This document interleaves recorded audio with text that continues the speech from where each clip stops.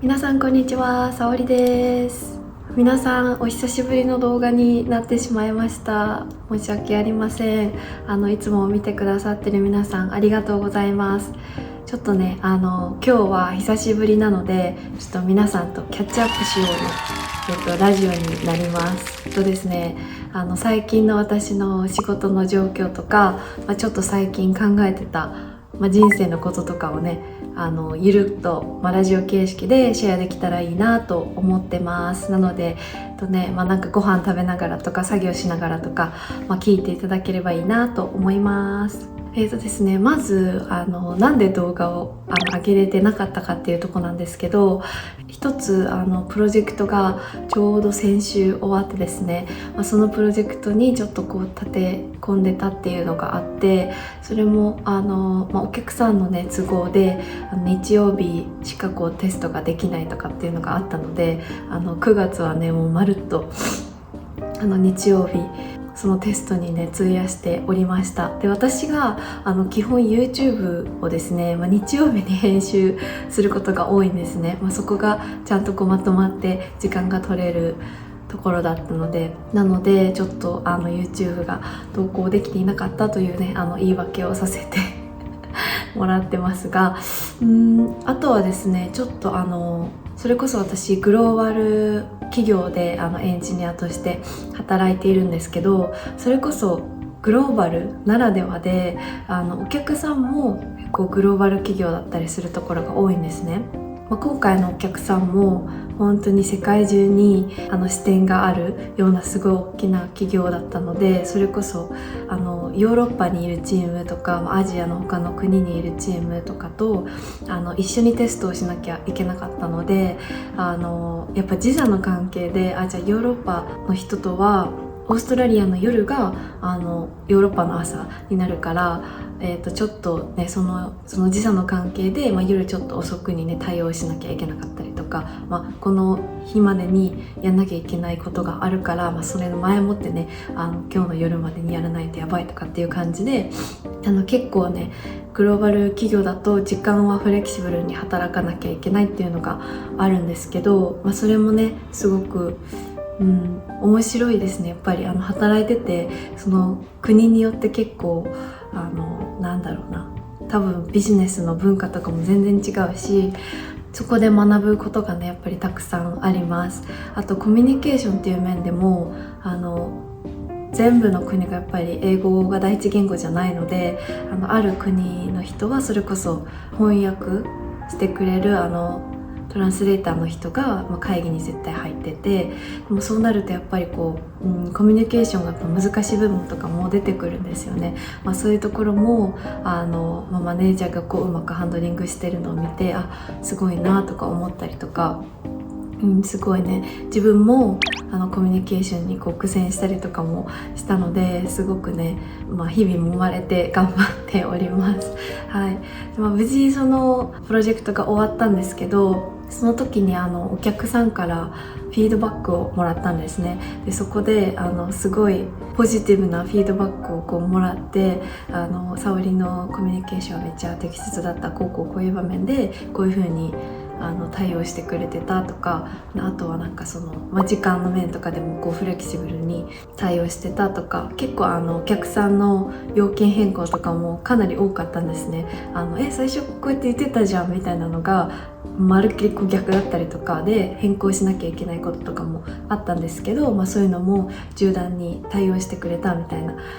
なんかやっぱり西洋の文化とかだとなんか「Oh, you're fantastic」とか日本語ではこうやって褒めないよなっていう感じですごい褒めてくれるので、すごく嬉しくってそれこそ IT で良くも悪くもこう男性社会なんですよね。なのでなんだろうな、ちょっと意見が言いづらい場面とかも正直あったりとかして、あとはIT のね本当に知識っていう面でも本当にもうすごいIT オタクみたいなおじさまたちがたくさんいてですね、そういう人に囲まれてるともう本当に自分 IT に向いてないんじゃないかなとか、自信を失うこともすごいたくさんあるんですけど、でもこうやってやっぱお客さんに感謝してもらえた時がやっぱ一番こうやりがいを感じて、頑張ってよかったなとか、もっと頑張ろうとかっていうねモチベーションにつながって、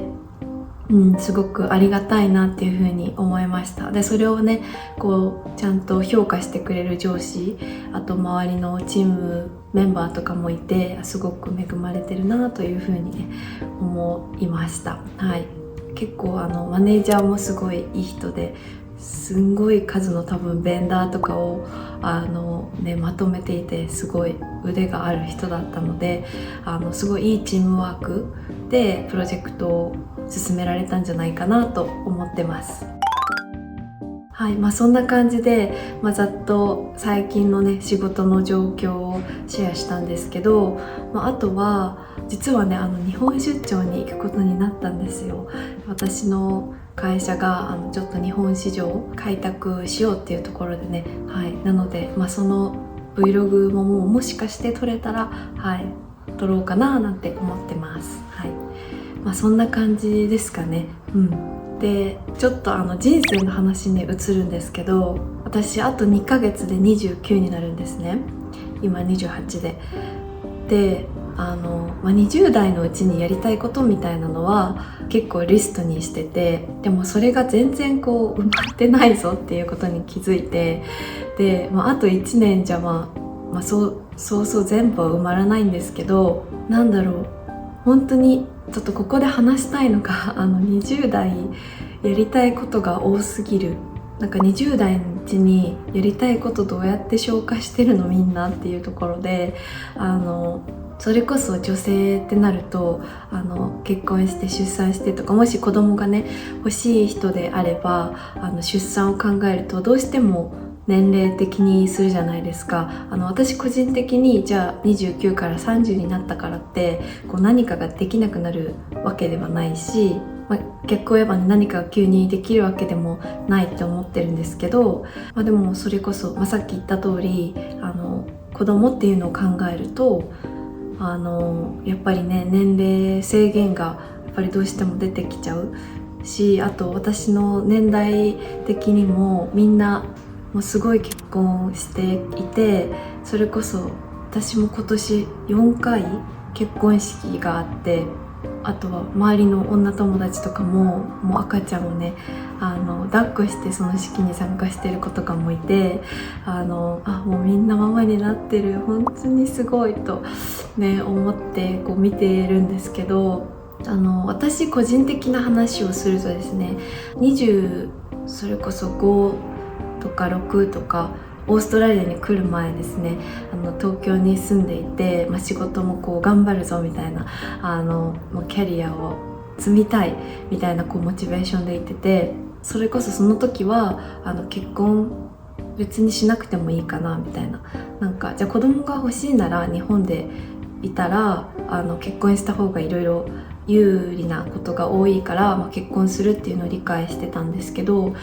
子供っていうのがそれこそ考えられなくって、なんか自分がちゃんと親になれるっていう自信もその時はもちろんなかったし、なんか何よりこうやりたいことがたくさんあったので、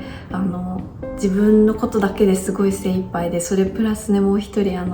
人間を自分がこう守れるかって言ったらもう無理だって思っちゃってたんですね。で、今ももちろんその自信なんていうのはないんですけど、結構自分の中で変化がすごくあって、結婚に対する意識とかもオーストラリアに移住して、なんでしょう、年齢なことももちろんあると思うんですけど、こうオーストラリアって結構ファミリーオリエンテッドなんですね。家族優先、なんか何かイベントがあったら、家族で集まったりとか、仕事後の飲み会とかもやっぱりあんまりなくって、それも家族がいるから家族優先ねっていう文化がすごい強いんですよ。で、あとは何でしょう、自然豊かだったりとか、子供たちもねこうのびのび育っていってるような印象があって、自分もこういつか自分の家族が欲しいなっていう風に思うようになったんですね。はい、それこそ、東京にいた時とかはもうすごい忙しいし、もう自分のことだけでこんな精一杯なのに他の人のことが正直考えられないっていうようなマインドだったんですけど、こっちに来てそれが結構変わったので、自分の中ですごい大きな変化だなっていう風にね思いました。どうなんでしょう、年齢的なこともあるのかな。ちょっと皆さんどうですか？なんかそういう似たような気持ちの変化があったりとかしましたかね。なんかそれこそ私の友人も結構二極化してて、子供もいらないとか、二極化だけじゃないか、子供もいらないって言ってる子とか、ちょっともう分かんないっていう子、あとはもう絶対欲しい、ママになるのが夢みたいな子がいて、私はママになるのが夢っていうこの最後のカテゴリーではなかったんですよ。なんならちょっと1よりの、2の間、1と2の間ぐらいにこういたんですね。はい、なんですけど私は今なんと、ちょっと、絶対に欲しい、何が何でも欲しい、そのために結婚相手を探すとかっていうふうには思ってはなくって、パートナーありきで一緒にこう、考えて、2人の人生を考えて、2人のこう価値観とか、将来像とかをこう話し合った上でもちろんね考えたいことではあるんですけど、いつかはいたらすごく人生がすごく豊かになるんだろうなっていうふうに思いました。なんかそれこそもちろんねすごく大変なのは承知で、仕事もしながらとか、多分自分の時間なんてないよとかいうのはあると思うんですけど、もちろんそれが一生続くわけではないし、どんなに忙しい経営者の、女性経営者みたいな人もそれを両立してやってて、なんかそれこそ、キャリアと子供どっちか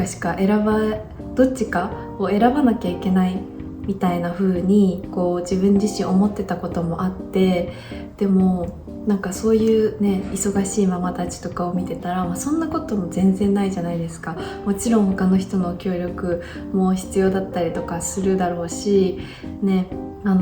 状況もあるんですけど、どんなに忙しい人でもできてる、